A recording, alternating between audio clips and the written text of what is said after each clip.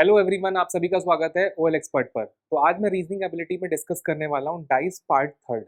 तो आज third part पे डिस्कशन करने वाले हैं। डाइस बहुत इजी चैप्टर है, बहुत इंटरेस्टिंग टॉपिक है। मैंने जो केसेस आपको बताए थे, केस 1 और केस 2, उसी की बेसिस पे सारे क्वेश्चन सॉल्व हो जाते हैं। लेकिन कुछ क्वेश्चन हैं जो थोड़ा सा दिक्कत करते हैं, तो आज उन क्वेश्चन की प्रैक्टिस कर लेते हैं। आपके सामने एक क्वेश्चन आ चुका है, तो जल्दी से स्टार्ट करते हैं आज का। देखिए, ज्यादातर क्वेश्चंस वो क्वेश्चन दिक्कत करते हैं जहां पर हमारे सामने 4 डाइस बने होंगे। अब नोटिस करिए, यहाँ पे हमें सिंपल सा एक फंडा रखना है कि हमें ऐसे 2 डाइस पिक करने हैं जिसमें सिंगल एलिमेंट कॉमन हो, और उसके बाद हमें सॉल्व करना है। जैसे अगर हम इसमें पिक करें तो नोटिस करिए 5 और 1 दो एलिमेंट कॉमन है यहाँ पर, तो हम इन दोनों को पिक नहीं करेंगे। ऐसा क्यों? क्योंकि हमें ऐसे 2 डाइस पिक करने हैं जिसमें एक सिंगल वेरिएबल कॉमन होना चाहिए। तो आई होप समझ में आ रहा होगा आपको। देखिए, फर्स्ट को थर्ड से मैच करते हैं। तो नोटिस करिए, यहाँ पर 5 दिख रहा है और यहाँ पर भी आपको 5 दिख रहा होगा। तो ये समझ में आ रहा है कि इसमें सिंगल वेरिएबल कॉमन है।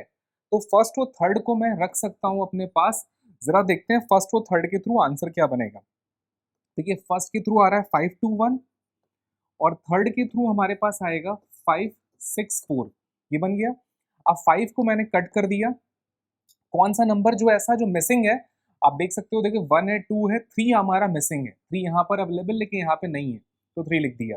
अब देखिए, ये हमारा रिजल्ट आ चुका है, अच्छी बात है, फर्स्ट और थर्ड के बेसिस पर। लेकिन हमने आपको एक बता रखा है पॉइंट, चेक पॉइंट, कि फर्स्ट और थर्ड से जो आंसर आपका निकला है उसको आपको सेकेंड एंड फोर्थ पे चेक करना पड़ेगा। चेक कैसे करते हैं? देखिए, अगर 5 और 3 अगर अपोजिट है तो कभी भी 5 और 3 साथ में नहीं दिखेंगे आपको। देखिए, 5 और 3 साथ में नहीं है, अच्छी बात है। 2 और 6 अगर अपोजिट है तो 2 और 6 साथ में नहीं होने चाहिए। साथ में मतलब, जैसे यहाँ पे 2 और यहाँ पे 6 लिखा होता तो ये साथ होता। तो आपको सामने वाली सरफेस पे 2 और 6 नहीं होना चाहिए। देखिए, यहाँ भी 2 और 6 नहीं है सामने सरफेस पे, यहाँ भी नहीं है, तो अच्छी बात है। अब देखिए, 1 और 4 अगर अपोजिट है तो 1 और 4 देखिए साथ में नहीं है सरफेस पर, यहाँ पर भी नहीं है। तो इसका मतलब है कि जो हमारा आंसर निकल कर आ रहा है वो एकदम परफेक्ट है। अच्छी बात है, यही हमारा एकदम परफेक्ट आंसर है, मैच कर गया। अब क्वेश्चन ने पूछा है अपोजिट ऑफ 4, तो 4 का अपोजिट क्या होगा? 1 is the right answer. Question आपकी मुट्ठी में। तो ध्यान रखिएगा, चेक पॉइंट को बहुत ध्यान से सॉल्व करिएगा। अगर चेक पॉइंट पे आपने ध्यान नहीं दिया तो क्वेश्चन हाथ से निकल जाएगा, ये ध्यान रखिएगा। बाई चांस अगर हमें किसी पॉइंट पर मिल जाता 2 और 6 साथ में, अगर यहाँ पे 6 मिल जाता साथ में, तब ये आंसर हमारा गलत होता, याद रखिएगा। अगर देखिए 2 और 6 दोनों अपोजिट हैं और यहाँ पे 2 और 6 साथ में बैठे हुए हैं, तो दैट मीन्स कि 1 और थर्ड से जो हमारा आंसर निकल कर आया वो गलत है। हमें किसी और 2 फिगर से अपना आंसर कंक्लूड करना पड़ेगा। तो आई होप ये चीज़ समझ में आई होगी कि 4 फिगर वाले क्वेश्चंस में क्या चेंजेस होते हैं। तो जल्दी से आते हैं हम लोग नेक्स्ट क्वेश्चन में, देखते हैं अगला क्वेश्चन कौन सा होने जा रहा है। तो अगला सॉल्व करते हैं। नेक्स्ट क्वेश्चन आपकी स्क्रीन पर आ चुका है। अब देखिए, यहाँ पर भी 2 का अपोजिट पूछा है, टॉप पे 2 है, अपोजिट पूछा है। लेकिन सबसे बड़ा खेल ये है कि इन 4 में से कौन से 2 ऐसे फिगर होंगे जो हमारा आंसर देंगे, यही सबसे बड़ा चीज़ है। अगर वो आपको जल्दी मिल जाएगा तो क्वेश्चन जल्दी सॉल्व हो जाता है, और अगर टाइम खाता है तो उसमें टाइम लग जाता है। तो जरा स्टार्ट करते हैं। देखिए, फर्स्ट और सेकंड में देखें सिंगल एलिमेंट। देखिए, 5 और 4 दो एलिमेंट कॉमन है, तो हम फर्स्ट और सेकंड को नहीं लेंगे, ध्यान रखिएगा। फर्स्ट को थर्ड को देखते हैं। तो नोटिस करिए, यहाँ पे 6 है और यहाँ पे 6 है, यहाँ पे 2 3 है, यहाँ पे 4 5 है, तो सिंगल वेरिएबल कॉमन मिल रहा है। तो हम एक काम करते हैं कि फर्स्ट और थर्ड के बेसिस पे सॉल्व करते हैं, जरा अपना आंसर निकालते हैं क्या बनेगा। इसको क्लॉकवाइज घुमाएंगे तो 6 4 5, 6 4 5, इसको भी क्लॉकवाइज डायरेक्शन में मूव करेंगे तो 6 3 2, ये बन गया। अब नोटिस करिए, 6 को हम कट कर देंगे, यहाँ पर कट कर दिया। कौन सा नंबर ऐसा है जो मिसिंग है? 1 मिसिंग है, तो 1 हम यहाँ लिख देंगे। तो 6 का अपोजिट 1, 4 का अपोजिट 3, 5 का अपोजिट 2, ऐसा मिल रहा है। लेकिन इसको चेक पॉइंट से गुजरना पड़ेगा। चेक पॉइंट क्या है? देखिए, फर्स्ट और थर्ड से अगर आंसर बना है तो सेकंड और फोर्थ को चेक करना पड़ेगा। 1 और 6 अगर अपोजिट है तो साथ में तो नहीं है, यहाँ पर भी नहीं है, अच्छी बात है। 4 और 3 साथ में तो नहीं है, देखिए नहीं है। 5 और 2 यहाँ पे तो नहीं है, यहाँ पर भी नहीं है। इसका मतलब है कि जो फर्स्ट और थर्ड से हमारा आंसर निकल कर आ रहा है वो एकदम परफेक्ट है, फर्स्ट और थर्ड। अब हमसे पूछा गया था टॉप पर अगर 2 है तो उसके नंबर के बॉटम पे क्या होगा? तो नेचुरल सी बात है 5 होगा। 5 होगा तो 2 का अपोजिट कौन है? 5। आई होप समझ में आ रहा होगा। और ये एक स्टैंडर्डाइज है, क्योंकि इसमें अपोजिट साइड्स का सम कितना आ रहा है? 7 आ रहा है। आप देख सकते हो, 6 और 1 7, 4 और 3 7, 5 और 2 7 आ रहा है। नोटिस करिए, एक स्टैंडर्डाइज है, और स्टैंडर्डाइज में मैंने आपको बताया था कि अपोजिट साइड्स का सम 7 होगा। तो ये सॉल्व करने के बाद आपको पता चलेगा कि वो स्टैंडर्ड है या नहीं है, क्योंकि आप देख सकते हो क्वेश्चन में कि हर साइड में कि अपोजिट साइड्स का सम 7 आ रहा है। तो आई होप ये समझ में आ गया होगा कि स्टैंडर्डाइज क्या है और क्वेश्चन हमें कैसे क्लियर हुआ। जल्दी से आते हैं नेक्स्ट क्वेश्चन पे, देखते हैं अगला क्वेश्चन कौन सा है। अब अगला क्वेश्चन भी आपकी स्क्रीन पर आ चुका है, जहाँ पे 4 डाइस हैं, लेकिन इस बार नंबर्स नहीं है, इस बार कलर्स के नाम है। सेम वही पैटर्न रखना है हमें, सेम वही सब कुछ है, जैसे नंबर्स थे वैसे ही कलर होंगे। तो जरा फर्स्ट और सेकंड में देखते हैं क्या सिंगल एलिमेंट कॉमन है। देखिए ग्रीन ग्रीन मैच कर रहा है, ऑरेंज ऑरेंज मैच कर रहा है, तो हमारे पास 2 कलर मैच हो गए। और अगर हमारे पास 2 कलर मैच हो रहे हैं तो हमें फर्स्ट और सेकंड को नहीं लेना है, क्योंकि हमें ऐसे 2 डाइस पिक करने हैं जिसमें एक सिंगल वेरिएबल कॉमन हो। अब फर्स्ट को थर्ड से मैच करते हैं, तो नोटिस करिए ऑरेंज ऑरेंज मैच हो रहा है, रेड रेड मैच हो रहा है, तो यहाँ भी 2 कलर हो गए, तो हमें सिंगल कलर लेना था। फर्स्ट को फोर्थ से मैच करते हैं, तो नोटिस करिए ग्रीन ग्रीन मैच हो रहा है, रेड रेड मैच हो रहा है, तो फिर 2 कलर हो गए। तो इसका मतलब फर्स्ट का सेकंड के साथ नहीं बना, फर्स्ट का थर्ड के साथ नहीं बना, फर्स्ट का फोर्थ के साथ भी नहीं बना। अब हम क्या करेंगे, सेकंड का थर्ड के साथ मैच करते हैं, सेकंड और थर्ड में। नोटिस करिए सेकंड और थर्ड में अगर हम मैच करेंगे तो सिर्फ ऑरेंज ही ऐसा कलर है जो दोनों में कॉमन है, आप देख सकते हो। तो सेकंड और थर्ड से हम बना सकते हैं अपना आंसर। तो जरा देखते हैं सेकंड और थर्ड से हमारा आंसर क्या बनेगा। देखिए यहाँ पे ऑरेंज है, यहाँ भी ऑरेंज है, यहाँ पे व्हाइट और ग्रीन है, तो ऑरेंज व्हाइट और ग्रीन, ये सभी को समझ में आ रहा होगा। अब देखिए यहाँ पर भी ऑरेंज है, फिर यहाँ पे कौन है, रेड और वायलेट, रेड और देन कौन है, वायलेट। आई होप समझ में आया। अब नोटिस करिए हम इसको कट कर देंगे, ऑरेंज को कैंसिल कर दिया, और जो भी कलर हमारा मिसिंग है, सिल्वर मिसिंग है, तो यहाँ पर हम लिख देंगे सिल्वर। आई होप समझ में आया होगा। अब ऑरेंज सिल्वर है, व्हाइट रेड है, ग्रीन वायलेट है, ये हमें मिल गया, लेकिन इसको भी चेक पॉइंट से गुजरना पड़ेगा। बिना चेक पॉइंट से गुजरे क्वेश्चन सॉल्व नहीं होगा। देखिए सेकंड और थर्ड से अगर हमने आंसर निकाला है तो फर्स्ट और फोर्थ को चेक पॉइंट करना पड़ेगा। ऑरेंज का अपोजिट कौन है, सिल्वर, तो ऑरेंज और सिल्वर साथ में तो नहीं है, नहीं है। व्हाइट और रेड, देखिए व्हाइट और रेड साथ में तो नहीं है, बिल्कुल नहीं है।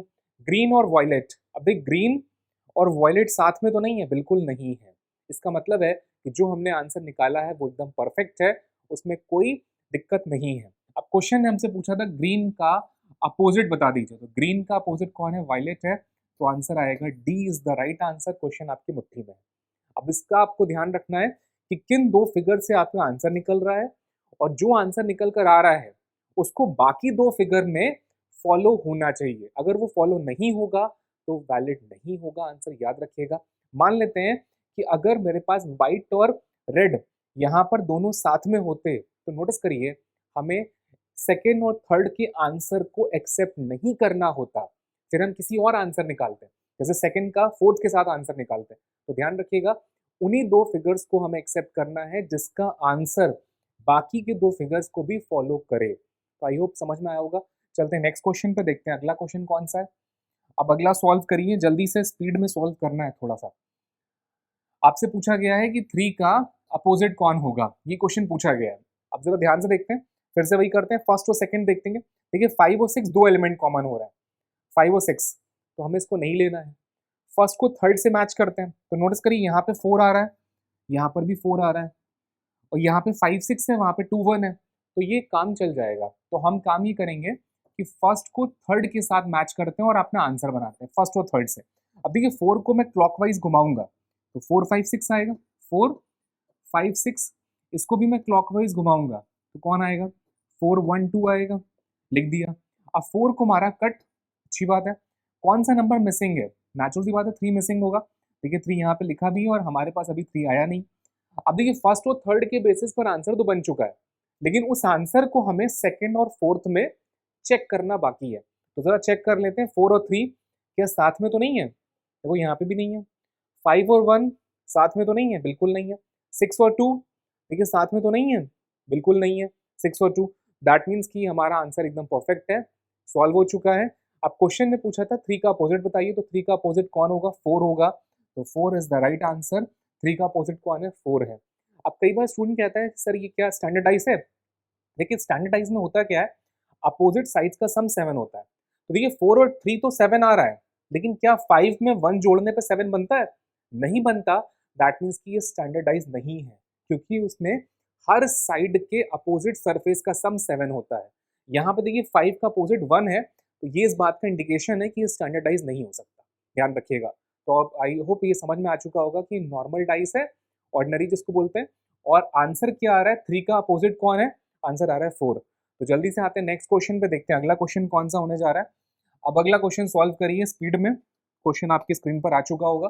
अब देखिए यहाँ पर ABCD हो गए, देखिए कुछ नंबर्स आते हैं, कभी कलर आते हैं, और इस बार ABCD हो गए, लेकिन हर बार कॉन्सेप्ट वही लगाना है हमें जो मैंने आपको बता रखा है। सबसे पहले हम फर्स्ट को सेकंड से मैच करते हैं। तो नोटिस करिए y और z दो एलिमेंट कॉमन मिल रहा है, और मैं आपको बता चुका हूं कि अगर दो वेरिएबल कॉमन है तो हमें उन फिगर को पिक नहीं करना है, हमें ऐसे दो फिगर पिक करने हैं जिसमें सिंगल वेरिएबल कॉमन होना चाहिए। तो हम इसको हटा देते हैं जल्दी से, नेक्स्ट फिगर ले लेते हैं। नेक्स्ट में देखते हैं फर्स्ट को थर्ड से मैच करते हैं। देखिए फर्स्ट को थर्ड में यहाँ पर x है, यहाँ पर भी x है, यहाँ पर AC है, यहाँ पर YZ है, तो फर्स्ट और थर्ड मेरे ख्याल से चल जाना चाहिए। तो फर्स्ट का थर्ड के साथ आंसर मैच करते हैं और देखते हैं क्या आंसर बनेगा। देखिए x को क्लॉकवाइज घुमाना है मुझे, तो यहाँ पर x है, फिर z है, फिर कौन है, y है। फिर यहाँ से भी x को क्लॉकवाइज घुमाना है मुझे, तो यहाँ पे x है, c है, फिर a है। ये समझ में आ रहा है, x है, फिर c है, फिर a है। अब देखिए x को हम कैंसिल कर देंगे, अच्छी बात है, कैंसिल कर दिया, और x की जगह पे जो लेटर यहाँ पे मिसिंग है, देखिए b यहाँ पे दिख रहा है मुझे, और b अभी भी नहीं आया मेरे पास, तो ये इस बात का इंडिकेशन है कि यहाँ पे x की जगह पे कौन आएगा, b आएगा। तो x का अपोजिट कौन है, b, ये कंफर्म, z का c, y का a, लेकिन इसको चेक करना अभी बचा है। कई बार स्टूडेंट क्या करता है कि बिना चेक करे आंसर लगा देता है, कई बार ऐसा होता है, गलत हो जाएगा, ध्यान रखिएगा। तो देखिए x का अपोजिट कौन है, b, तो x और b साथ में नहीं होने चाहिए, यहाँ पे भी नहीं है। z और c अपोजिट है तो साथ में नहीं होने चाहिए। y और a अगर अपोजिट है तो देखिए y और a साथ में नहीं होने चाहिए, यहाँ पर भी नहीं है y और a। तो इसका मतलब है कि जो हमने आंसर निकाला वो एकदम परफेक्ट है। तो आई होप समझ में आ रहा होगा। अगर नोटिस करिए यहाँ पर a लिखा होता तो y और a और अपोजिट है और वहां पे साथ में लिखे हुए हैं, तो इसका मतलब है फर्स्ट और थर्ड आंसर गलत है, ध्यान रखिएगा, फर्स्ट और थर्ड आंसर गलत है। अगर वहां पे ए लिखा होता तो ध्यान रखिए, लेकिन यहाँ पे क्या लिखा हुआ है, सी लिखा हुआ है, जिसकी वजह से हमारा आंसर पे कोई फर्क नहीं पड़ रहा है। अब क्वेश्चन ने हमसे पूछा था सी का अपोजिट बताइए, देखिए which symbol in the opposite face of the having the C, तो बताइए सी के अपोजिट में कौन है, जेड है, तो Z is the right answer. Question आपकी मुट्ठी में है। तो आई होप ये भी समझ में आ चुका होगा। जल्दी से आते हैं नेक्स्ट क्वेश्चन पे, देखते हैं अगला क्वेश्चन कौन सा होने जा रहा है। तो नेक्स्ट क्वेश्चन सॉल्व करिए, बहुत ध्यान से बनाइएगा, नंबर बेस्ड क्वेश्चन है और आपको समझ में आ चुका है कि कैसे चीजें ट्विस्ट होती हैं। तो क्वेश्चन हमारा आ चुका है, देखते हैं क्या पूछा है। 2 डॉट्स के ऊपर पूछा है।